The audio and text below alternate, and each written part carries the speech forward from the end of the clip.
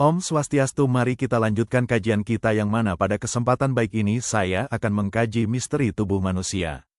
Adapun tema pembahasan kali ini adalah, apakah manusia merupakan robot organik ciptaan entitas super tinggi? Baiklah, mari kita mulai dari membayangkan diri Anda sedang membongkar sebuah robot canggih buatan manusia. Anda akan melihat papan sirkuit tercetak dengan jalur-jalur tembaga yang rumit, mengalirkan listrik ke setiap komponen. Sekarang, tutup mata Anda dan tutup telinga rapat-rapat. Dengarkan suara dengung halus yang muncul dari dalam kepala Anda. Suara itu, menurut sebuah hipotesis yang menarik, bukanlah suara sunyi, melainkan suara kelistrikan otak, sebuah bukti bahwa kita hidup sebagai mesin biologis yang sangat rumit. Kita mungkin tidak pernah menyadarinya, tetapi tubuh manusia memiliki kemiripan struktural yang mengejutkan dengan robot. Di era di mana kecerdasan buatan semakin menyerupai cara berpikir manusia, sebuah pertanyaan radikal layak diajukan, bagaimana jika manusia justru adalah robot AI yang lebih dulu diciptakan? Bagaimana jika kita adalah buatan, sang kesadaran tinggi, yang manusia sebut sebagai Tuhan dengan sirkuit yang terbuat dari daging dan energi kehidupan yang disebut jiwa? Sirkuit listrik hingga jaringan saraf. Jika kita membandingkan robot buatan manusia dengan tubuh manusia, kemiripannya bukan sekadar metafora, melainkan kemiripan fungsional yang nyata. Robot modern memiliki sistem kontrol pusat, CPU, yang mengirimkan sinyal listrik melalui kabel ke seluruh bagian tubuh mekanis. Manusia memiliki otak yang mengirimkan impuls biolistrik melalui jaringan saraf, neuron, ke seluruh organ. Robot memiliki sensor, kamera, mikrofon, sensor sentuh, untuk menerima input dari lingkungan. Manusia memiliki panca indera, mata, telinga, kulit, yang mengubah stimulus fisik menjadi sinyal listrik yang diproses otak. Para ilmuwan di Eropa, melalui proyek Human Brain Project, telah berupaya mengungkap cara kerja otak dengan tujuan untuk mensimulasikannya dalam komputer. Prof. Alois Knoll dari Universitas Teknik München menjelaskan, ide dasar proyek Human Brain adalah membuat simulasi komputer dari sebanyak mungkin fungsi otak hewan mamalia. Jadi langkah pertamanya, orang harus mengerti bagaimana semua ini berfungsi. Bagaimana cara neuron atau komponen otak berfungsi, bagaimana mereka bekerja sama, dan bagaimana meniru cara kerja mereka lewat komputer, yang pada dasarnya mengolah angka. Untuk mereproduksi otak manusia yang memiliki 100 miliar neuron, diperlukan lebih dari satu superkomputer raksasa. SuperMUC di München, dengan 150.000 prosesor, hanya memiliki 1/4% kapasitas otak manusia. Perbandingan ini menunjukkan betapa rumitnya robot biologis yang kita tinggali. Robot membutuhkan baterai atau aliran listrik untuk hidup. Manusia membutuhkan makanan yang diubah menjadi energi kimia, ATP, yang pada akhirnya juga menghasilkan medan listrik di dalam sel. Bahkan, jika kita membuka sel saraf manusia di bawah mikroskop, kita akan melihat struktur yang sangat mirip dengan papan sirkuit. Ada celah-celah, sinapsis, tempat sinyal listrik melompat dengan bantuan zat kimia, neurotransmitter, persis seperti komponen elektronik yang menggunakan resistor dan kapasitor. Dalam dunia kedokteran, suara dengung di telinga saat hening dikenal sebagai tinnitus ringan atau sekadar suara alami aliran darah dan aktivitas saraf. Namun, dalam perspektif manusia sebagai robot, suara itu tak ubahnya humming atau dengungan halus dari mesin yang sedang menyala. Ini adalah suara kelistrikan otak yang bekerja, sebuah bukti bahwa di dalam tengkorak kita, terdapat sistem komputasi biologis yang tidak pernah benar-benar mati selama kita hidup. Tubuh sebagai wadah energi kosmis. Secara ilmiah, tubuh manusia bekerja melalui energi, aliran listrik pada neuron, getaran sel, hingga medan elektromagnetik yang dihasilkan oleh jantung dan otak. Semua ini menunjukkan bahwa manusia bukan makhluk yang terisolasi, ia selalu berinteraksi dengan energi alami cahaya, gravitasi, gelombang magnetik, dan getaran lingkungan. Dalam konteks ini, tubuh adalah bagian dari ritme besar alam semesta. Dalam berbagai tradisi filsafat dan sains modern, manusia sering dipandang sebagai bagian dari alam semesta yang lebih luas. Tubuh manusia bukan hanya susunan fisik yang terdiri dari sel, jaringan, dan organ, tetapi juga medan energi yang terus berinteraksi dengan energi kosmis.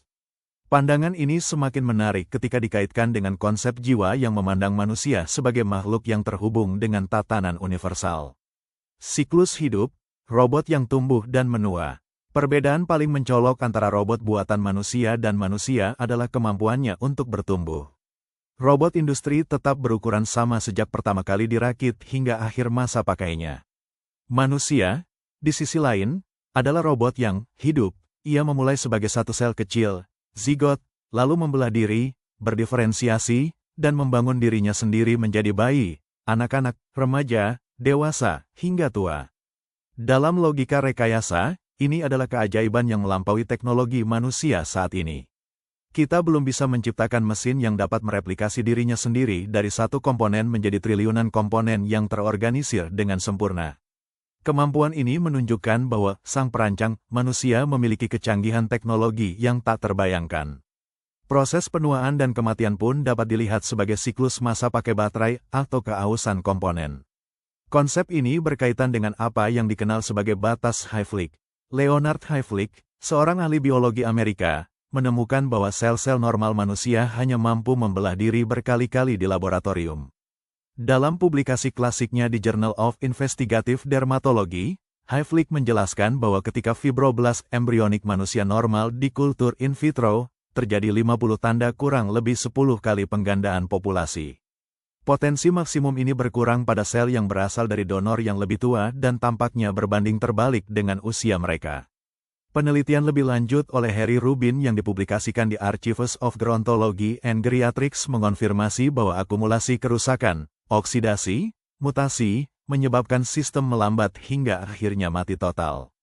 Dari perspektif ini, kematian bukanlah akhir yang tragis, melainkan akhir dari masa pakai sebuah model robot biologis. Batas 50 kali penggandaan populasi ini dapat menjelaskan semua sel yang diproduksi selama masa hidup seseorang. Perbedaan fundamental, karbon vs silikon. Meskipun terdapat kemiripan fungsional, para ilmuwan menekankan perbedaan fundamental antara otak biologis berbasis karbon dan komputer berbasis silikon. Peneliti ilmu kognitif, Margaret Aboden, dalam bukunya AI, Its Nature and Future, berpendapat bahwa AI bisa memodelkan tetapi tidak bisa mewujudkan metabolisme dalam sistem berbasis silikon karena tidak memiliki zat biokimia dan pertukaran energi yang menjaga kelangsungan organisme hidup. Meskipun robot memiliki penyimpanan energi, penggunaan energi tersebut sama sekali berbeda dari siklus biokimia yang saling terkait dalam metabolisme yang hanya bisa terjadi pada tubuh biologis berbasis karbon. Ahli saraf terkemuka Antonio Damasio, dalam karyanya The Strange Order of Things, juga menegaskan bahwa organisme hidup bukanlah algoritma itu sendiri. Jaringan tubuh, organ, sel, dan unsur-unsur biologis dan fisik lainnya, yang tidak dapat direduksi menjadi sekadar kode-kode algoritmik belaka, adalah hal yang diperlukan dan krusial bagi keberadaan organisme. Dr. Wanya Wis dari Universitas Ruhr Bochum, Jerman, dalam penelitiannya yang diterbitkan di Jurnal Philosophical Studies, meneliti kondisi yang harus dipenuhi agar kesadaran dapat ada. Ia menemukan perbedaan signifikan antara otak dan komputer, terutama dalam organisasi ruang otak serta unit memori dan komputasi. Struktur kausal mungkin merupakan perbedaan yang relevan dengan kesadaran, katanya. Dalam komputer konvensional, data harus selalu dimuat dari memori terlebih dahulu, kemudian diproses di unit pemrosesan pusat, dan akhirnya disimpan lagi dalam memori. Tidak ada pemisahan seperti itu di otak, yang berarti bahwa konektivitas kausal dari berbagai area otak mengambil bentuk yang berbeda. Wis berpendapat bahwa ini bisa menjadi perbedaan antara otak dan komputer konvensional yang relevan dengan kesadaran. Jiwa sebagai energi penggerak yang misterius. Lalu di mana letak nyawa atau kesadaran dalam tubuh robot ini?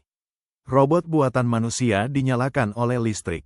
Ketika listrik padam, ia hanyalah tumpukan logam mati. Manusia, ketika dimatikan, mati, juga hanyalah tumpukan daging. Dalam kerangka berpikir ini, jiwa adalah energi. Ia adalah arus kehidupan yang mengaliri sistem saraf, menghidupkan sirkuit biologis, dan memungkinkan terjadinya kesadaran.